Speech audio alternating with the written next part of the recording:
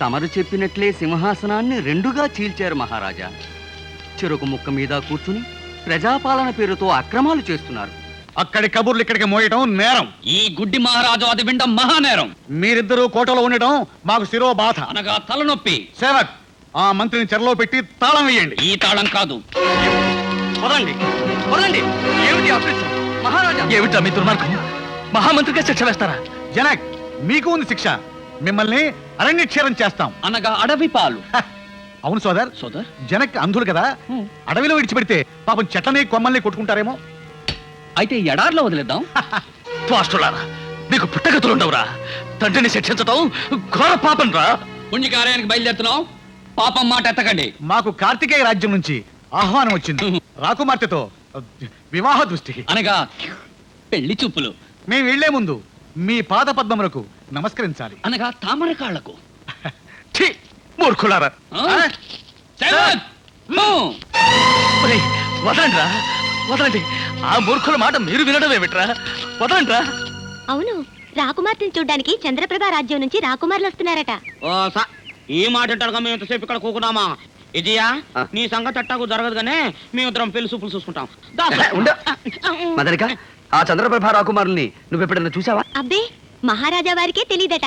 వాళ్ళని ఎప్పుడో చిన్నతనంలో చూశారట.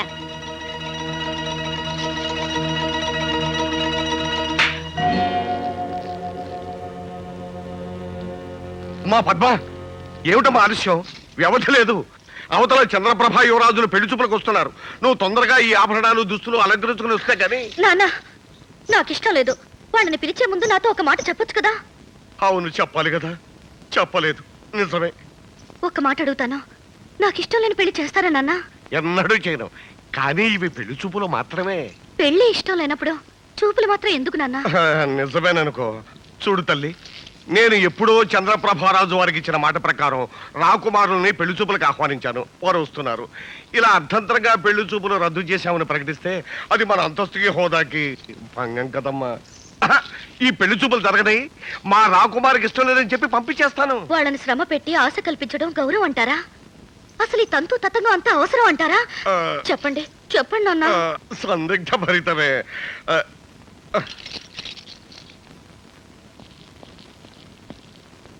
మహారాజా, చంద్రప్రభ యువరాజులు ఏం చేస్తున్నారు? ఏం చేశారా? ఇక్కడికే ఏం చేశారా? అక్కడే కూర్చోబెట్టు. వద్దు వద్దు, ప్రవేశపెట్టు. సందిగ్ధ ఫలితం.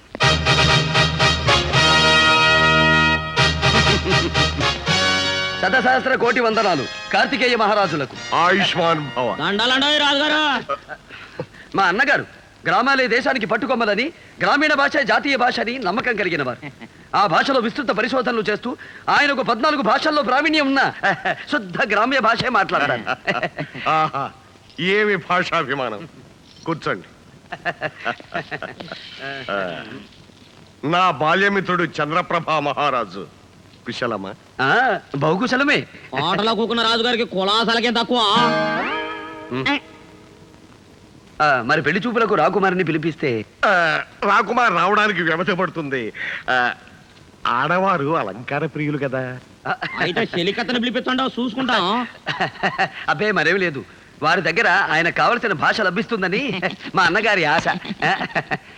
అమ్మాయి రావడానికి ఆలస్యం అవుతుందేమో. మీరు అతిథి మందిరంలో విశ్రాంతి తీసుకుంటారా? ఏమి ఇబ్బంది లేదు. ఎంత ఆలస్యమైనా నిరీక్షిస్తాం. ఆలస్యం అయితే వర్జ్యం వస్తుందేమో. వస్తే రానివ్వండి, అది వెళ్ళిన తర్వాతే అమ్మాయిని చూస్తాం. మహారాజా, చంద్రప్రభ యువరాజులు ఏం చేస్తున్నారు?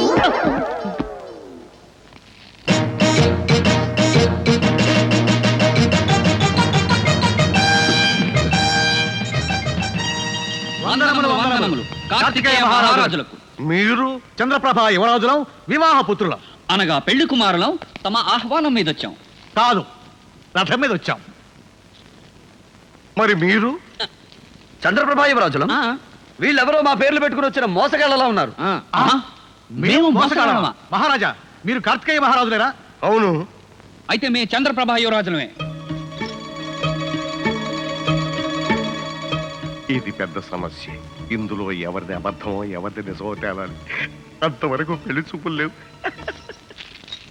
కార్తికేయ మహారాజా తొందరగా జరిపించండి వివాహ దృష్టి. అనగా పెళ్లి చూపులు. మీలో ఎవరు నిజమైన రాకుమారులో తేలే వరకు పెళ్లి చూపులు జరిపించను. మహారాజా, చంద్రప్రభ యువరాజులు మేధావులు. పొరపాటు, అత్యంత మేధావులు. అనగా అతి తెలివి గలవారు. అయితే కొన్ని ప్రశ్నలు వేస్తాం, సమాధానాలు చెప్పండి. చెప్పండు. ఓ అనగా అడగండి. అన్నగారు అడగండి. అయితే చెప్పండు. అనగనగనగనగా ఒక అడవి, ఆ అడవిలో ఒక పల్లకి, ఆ పల్లకిలో ఒక మనిషి పోతాండో, ఆ మనిషిని దోసుకోవాలా.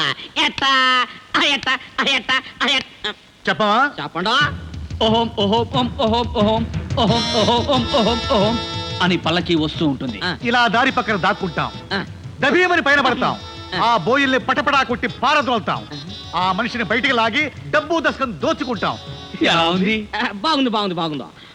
ఇంకోటి ఇంకోటి ఇంకోటి. అడగండి అడగండి. రాజుగారి కోటలో డబ్బు ఉందో ఉందా? ఉంది ఉంది. దాన్ని దోసుకోవాలా. అదెట్టా దోసుకుంటారో చెప్పండో. తాళ్లు పైకి వేస్తాం, ఎగబాకుతాం, లోపలికి దూకుతాం, ధనాకారంలో దూరుతాం, కాపలా వాడిని కట్టి పడేస్తాం. ధనం దోచుకుంటాం. ఆహా, ఇది కూడా బాగానే చెప్పినారా. చివరిది తోటలో రాకుమారు ఒంటరిగా కూకొనుందో దాన్ని ఎత్తికెళ్ళాలా. ఎట్టా? ఆ? ఏమిటా ప్రశ్న? మీరుండండి మహారాజా, మేం చెప్తాం. భటుల కళ్ళల్లో కారాలు కొడతాం, రాకుమారి నోట్లో గుడ్డలు కూర్తాం, భుజాన వేసుకుని పారిపోతాం. అంతే. ఆ, వీళ్ళు చెప్పినేని దొంగలు చేసే పనులే గనక అవి వాళ్ళకే తెలితే గనక వీళ్ళే దొంగలు. అబ్బే, మహారాజా, ప్రశ్నలు అడిగితే సమాధానం చెప్పాం గానీ మేము దొంగలం కాం. కాకపోవడం ఏమిటి మహారాజా? అలాంటి ప్రశ్నలు అడుగుతున్నప్పుడు మేము రాకుమారులం, అలాంటివి మాకేం తెలుస్తాయి అని చెప్పాలి కానీ ఖచ్చితంగా దొంగలు ఎలా చేస్తారో అలాగే చెప్తున్నప్పుడు వీళ్ళు దొంగలు కాక దొరలా? మహారాజా, వీళ్ళు దొంగలని తేలిపోయింది. వీళ్ళను బంధించి శిక్షిద్దాం. వీళ్ళని శిక్షిస్తే అమ్మాయిని తీసుకురామని వాళ్ళు బలవంతం చేస్తారు. అమ్మాయి పెళ్లి చూపులకు రాదు. అందుచేత ఇరు వర్గాల వారిని ఈ పూటకి విశ్రాంతి తీసుకోమని చెబుదాం. మహారాజా, ఇంకా మీకు అనుమానంగా ఉంటే ఒక్కసారి రాకుమార్తెను పిలిపించండి. ఆమె తప్పకుండా మమ్మల్ని వరిస్తుంది. చెలికత్తెని పిలిపించిన సాలో వరుತ್ತದೆ. ఎందుకు? మీరు వేరు వేరు మందిరాల్లో విశ్రాంతి తీసుకోండి, అన్నీ తెలిపోతాయి.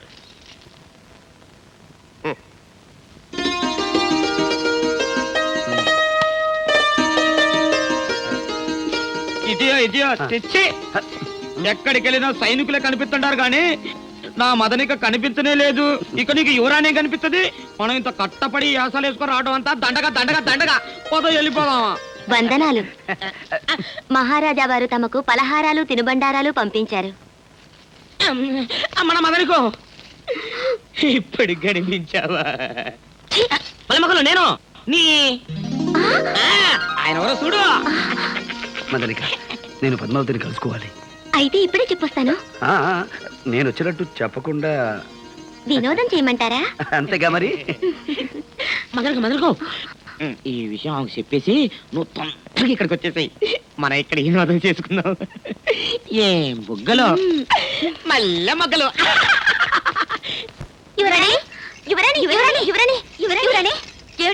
ఏమిటా కాగ్గోలా? తమరిని చూడటానికి చంద్రప్రభ యువరాజులు వస్తున్నారు. కొండవతలకి మహారాజా వారే పంపించారు. వారనుమతితోనే వస్తున్నారు. ఓహో, సరే ఆహ్వానించండి. ఈ రూపం వాలకం చూసి మోహించి వివాహం చేసుకుంటారు. కార్తికేయ యువరాణిమణి పద్మావతి దేవి గారికి అభినందన చందన తాంబూలాలు అందించుకుంటున్నా చంద్రప్రభ యువరాజు. మౌనమా? మౌనం అర్ధాంగీకారం, కాబోయే అర్ధాంగి కదా. ఓ, చంద్రప్రభ యువరాజా వారు చమత్కార ప్రియులే. సంతోషం. కాని యువరాణి మందిరంలోకి ఆమె అనుమతి లేకుండా ప్రవేశించడం ఔచిత్యం కాదని తెలియకపోవడం కడు విచారం. తమ హృదయ మందిరంలోనే ప్రవేశించిన వాడికి ఈ మందిర ప్రవేశానికి అనుమత? యువరాజా వారు భ్రమలో పరిభ్రమిస్తున్నారే పాపం. భ్రమ కాదు యువరాణి, తమ హృదయం మీద చెయ్యి వేసుకుని తిలకించండి. లోపల మా రూపం ఎంత భద్రంగా దాగుందో తెలుస్తుంది. చాలు, ఇక దయచేయండి. ఈ పెళ్లి చూపులు కుదరదు, ఈ వివాహము జరగదు. యువరాణి, మీరన్నది బాగున్నది, నేననేది బహు బాగున్నదని మీ చేత అనిపించమంటారా రాకుమారి? విజయ్,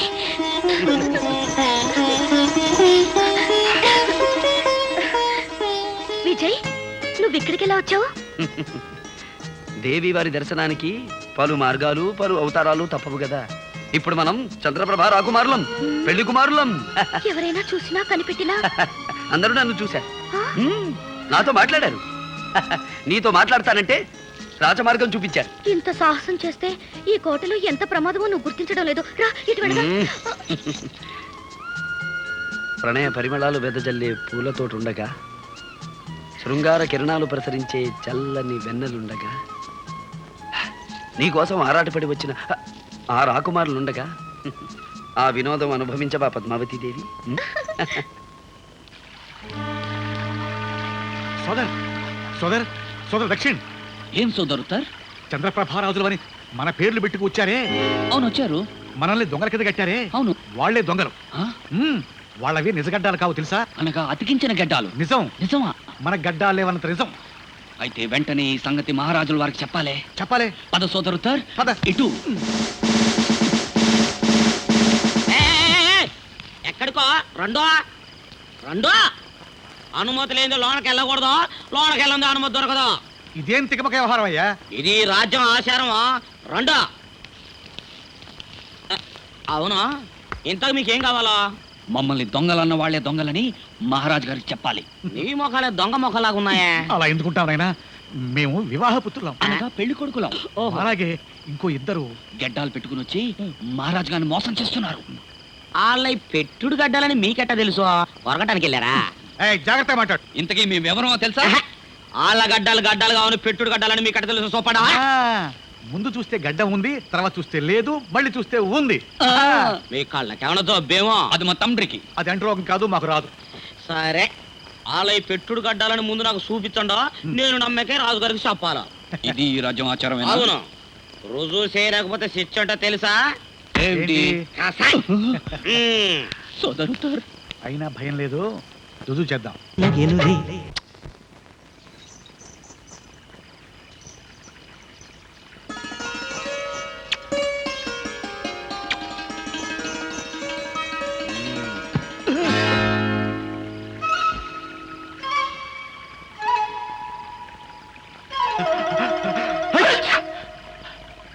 ఛీ!